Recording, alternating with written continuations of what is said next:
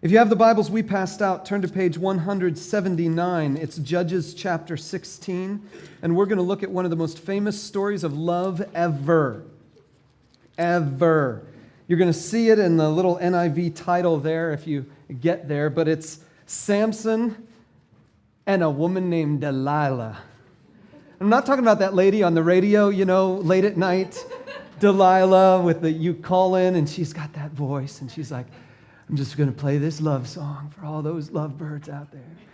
Well, she got her radio name from Delilah here, who is not a very lovely woman at all. She is quite the nasty woman, but for some reason, Samson falls in love. We're going to pick it up in verse 4, but you have to know the character of Samson and who he is.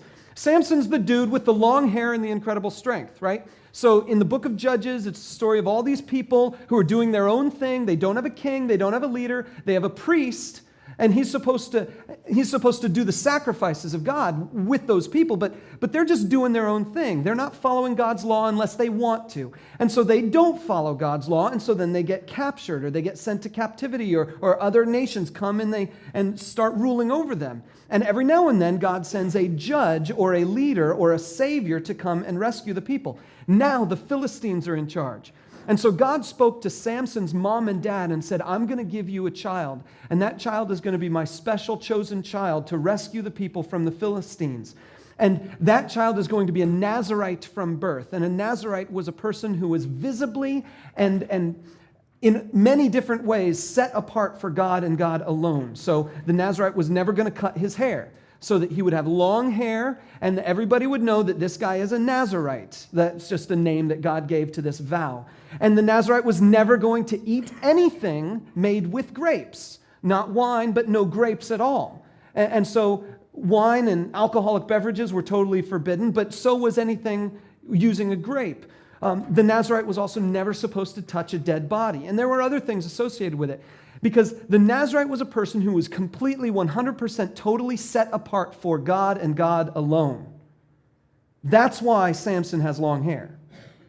It's not like his hair was somehow magical, okay? So he has long hair, he's older now, and we pick it up in verse 4. But before you get to verse 4, you have to read verse 1, because you get to see Samson's character in verse 1.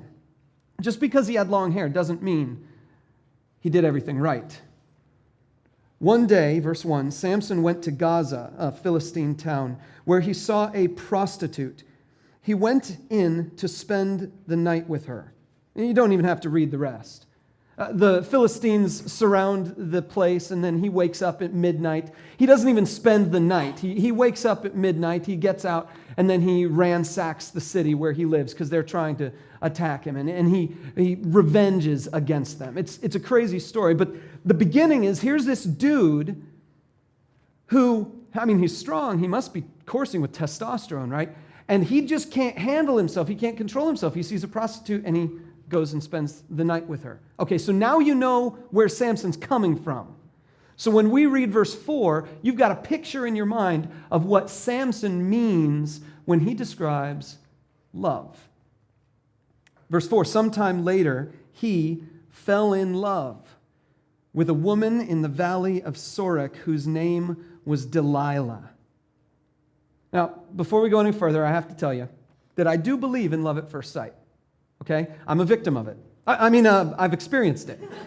And so a few years back, 1995, it was the summertime, and I got an internship at a church down in Southern California on Manhattan Beach. It was my dream to live on the beach and be a bum for a whole summer. And so I was there. I finally got this thing worked out. I was an intern at this church. That meant that I played worship music on Sunday mornings in the band. Sometimes I got to lead the Sunday morning thing. And this particular night, I was leading the college program with another guy. So the two of us were kind of co-leading this college program's worship event. And so I'm bringing my music into the room, and I opened the door of the room, and I kid you not, it was like there was a spotlight in heaven shining right down on this girl, and I was absolutely blown away. I did not see anyone else in the entire room. It was only that girl, and I was like, holy cow. I was dumbfounded. I was starstruck, and I was absolutely out of my mind. And so I quick formed a thought in my mind, I have to talk to her.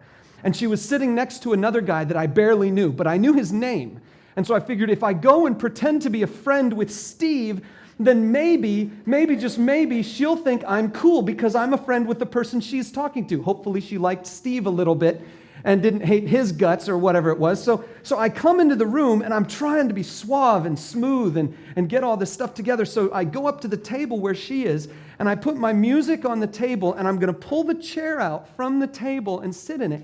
Now, I know how to pull a chair out from a table. I'm capable to do this thing.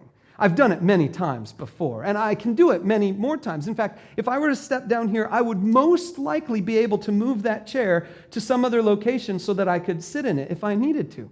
But on this particular day, I was absolutely out of my mind, and so I pulled the chair out, and one of the legs caught the carpet and spun the chair around backwards, and it didn't faze me at all. I just sat in it backwards and put my hands on it like this. I was like, "Hey, Steve, how's it going, man?" And he goes, "Hey, Jeff, how are you doing? Have you met Jen?" I was like, "No. Hi." There's more to that story that some of you already know, but I won't get into it. But so I believe in love at first sight. I know what it's all about. I married my love at first sight, okay? It's the only time I've ever experienced it, and so I'm cool with that. I'm good with that. But so here's the thing, though. Yes, I did end up marrying her, but I believe there's such a thing as love at first sight, but I do not believe what the culture tells you or me, that because you feel it, that means you're supposed to be with that person. Track with me on this? Just because you feel something doesn't mean you're supposed to be with that person. I investigated her. I studied her. I asked questions. I found out what her family was like, what her church experience was like, and I grilled her and interviewed her and analyzed the circumstances, and I had other people grill me and interview me, and a year later, I popped the question because by then I knew, yes, this was something real. The love thing was undeniable, but I also knew she was a good person. I was in a good place with God. I could make a commitment. She could make a commitment, and there was very little baggage we had to deal with. As a result, let's go for it. And we got married in May 1997. So there you go. You can cheer because, yeah, thanks. Okay, so here's the deal. Samson didn't do any of that investigation. None. Because if he had investigated at least the slightest bit, he would have realized that this woman is a Philistine. And who are the people he's supposed to eliminate? The Philistines. So that means if he gets hooked up with this girl, he's going to be killing her family. Right? That's called stupidity. Don't ever hook up with a girl because you're supposed to kill her family. It just doesn't, it's not going to work. Please don't forward that to any of your friends or Facebook that line because it's just not worth it. But Samson didn't do any of the investigation. On top of that, God told the people they were not supposed to marry the people from the other cities, the other towns, because those people worshiped foreign gods, and if they were connected to those other people, then they might want to worship those other gods too, and it would water down their faithfulness to God himself, and he said, don't do it. So Samson is already violating God's law by even saying he's in love with this woman. Keep going. Verse 5, the rulers of the Philistines went to her and said, see if you can lure him into showing you the secret of his great strength and how we can overpower him so we may tie him up and subdue him. Each one of us will give you 1,100 shekels of silver. If he had done his research, he would have found that this woman can be bribed. So Delilah said to Samson, tell me the secret of your great strength and how you can be tied up and subdued. What? How would you ever fall for that? Listen, I just want to know, what's your biggest weakness so that I can get at it? Listen, I just want to know, what are all of your buttons so that I can push them one by one? Listen, I just want to know, if I were to kill you, what would be the best way to do it?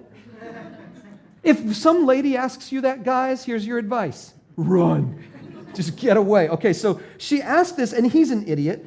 So he says this, my page flipped. He says that Samson answered her, if anyone ties me with 7 fresh thongs, not the things you wear in the middle, things you wear on the bottom, 7 fresh thongs that have not been dried, I'll become as weak as any other man. Lie. What made Samson strong? No. God. See, that's the thing. When he says thongs, when he says tie me up, when he says this stuff, he's denying the source of his strength as God. You see, if he were to say right there, the source of my strength is my God in heaven, she has nothing. She can't do anything. She can't tie him up with anything because God's his strength. She's powerless if he tells the truth. But he plays a game. We'll see why. Then the rulers of the Philistines brought her 7 fresh thongs that had not been dried, and she tied him with them. With men hidden in the room, she called to him, Samson, the Philistines are upon you. But he snapped the thongs as easily as a piece of string snaps when it comes close to a flame. So the secret of his strength was not discovered. Then Delilah said to Samson, you've made a fool of me. You lied to me. Come now, tell me, how can you be tied? Idiot, he said, if anyone ties me securely with new ropes, a little bigger than thongs, new ropes that have never been used, I'll become as weak as any other man. So Delilah took new ropes and tied him with them. Then with men hidden in the room, she called to him, Samson, the Philistines are upon you. But he snapped the ropes off his arms as if they were threads. Delilah then said to Samson, until now you've been making a fool of me and lying to me. Tell me how you can be tied. He replied, if you weave the 7 braids of my head into the fabric on the loom and tighten it with the pin, I'll become as weak as any other man. So while he was sleeping, Delilah did exactly what you think she does. She took the 7 braids of his head, wove them into the fabric, and tightened it with a pin. He knew she would do it. He's playing games with her, but he's getting very, very close to his hair. The vow he had taken is no one cuts your hair. And so he tells her, play with my hair. This guy is getting a little bit overconfident, a little prideful, a little arrogant, disregarding God as the source of his strength. Keep going. Again, she called him, Samson, the Philistines are upon you. He awoke from his sleep and pulled up the pin and the loom with the fabric. Then she said to him, how can you say, check this, how can you say, I love you when you won't confide in me? Ladies and men of this room, you must never fall prey to this argument. If you loved me, you would blank. That is stupid to ask.